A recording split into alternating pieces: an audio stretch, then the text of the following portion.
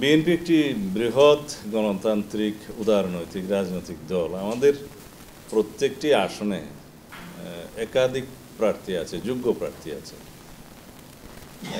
শুধু 2 জন নয়, অনেক আসনে আমাদের 5, 7 জন 10 জন পর্যন্ত যোগ্য প্রার্থী আছে। সুতরাং আমরা আমাদের একটা নিয়মতান্ত্রিক রাজনৈতিক প্রক্রিয়ার মধ্য দিয়ে আমাদের প্রার্থী সিলেকশনের বিষয়টা দেখতে হচ্ছে। এখন আমরা সেই কাজটা করছি জেলাভিত্তিক, বিভাগ ভিত্তিক। আমরা খুব শিগগিরই আসনভিত্তিক একক প্রার্থীকে আমরা মাঠে কাজ করার জন্য আমরা গ্রিন সিগন্যাল দেব। তবে সেটা অফিসিয়াল হবে যখন আমরা তফসিল ঘোষণার পরে আইনানুগভাবে যেটা পার্লামেন্টারি বোর্ডের মাধ্যমে আমরা নমিনেশন দেব, সেটা তখন ফাইনাল হবে। বিষয়টা হচ্ছে যে কয়েকটা গণমাধ্যমে এসেছে যে আপনারা গ্রিন সিগন্যাল দিয়েছেন এমন অনেক, এটা আসলে কতটা সত্য?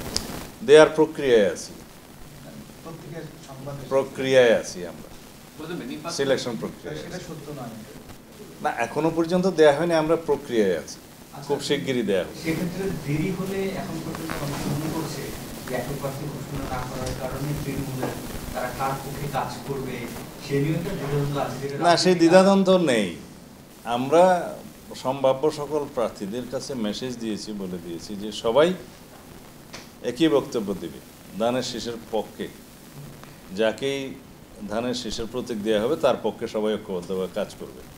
এখন একাধিক প্রার্থী, তারা তো নিজের প্রার্থিতা হিসাবে গণসংযোগ করবে, কিন্তু এই বক্তব্য দিতে হবে যে দল যাকে মনোনয়ন দিবে তার পক্ষে সবাই কাজ করবে।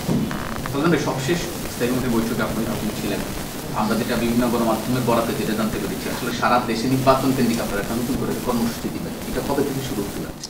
নির্বাচন কেন্দ্রিক কর্মসূচি তো না, জনসংযোগ হতে পারে। নির্বাচন আমরা চাই, জনগণ চায়, সারা বাংলাদেশ চায়, সারা পৃথিবী চায়। এখানে কর্মসূচির কোনো বিষয় নেই। আমরা নির্বাচন কেন্দ্রিক যাতে জনসংযোগটা বাড়ে এবং আমাদের বার্তাটা জনগণের কাছে যায়, ভোটারদের কাছে যায়, সেটা আমরা আরও জোরদার করব। প্রচারণাটা, এটা প্রচারণা হতে পারে, কর্মসূচি নয়। সেটা চলছে কাজ, হয়তো আমরা আর একটু গতি বাড়াবো বা পরিধি বাড়াবো।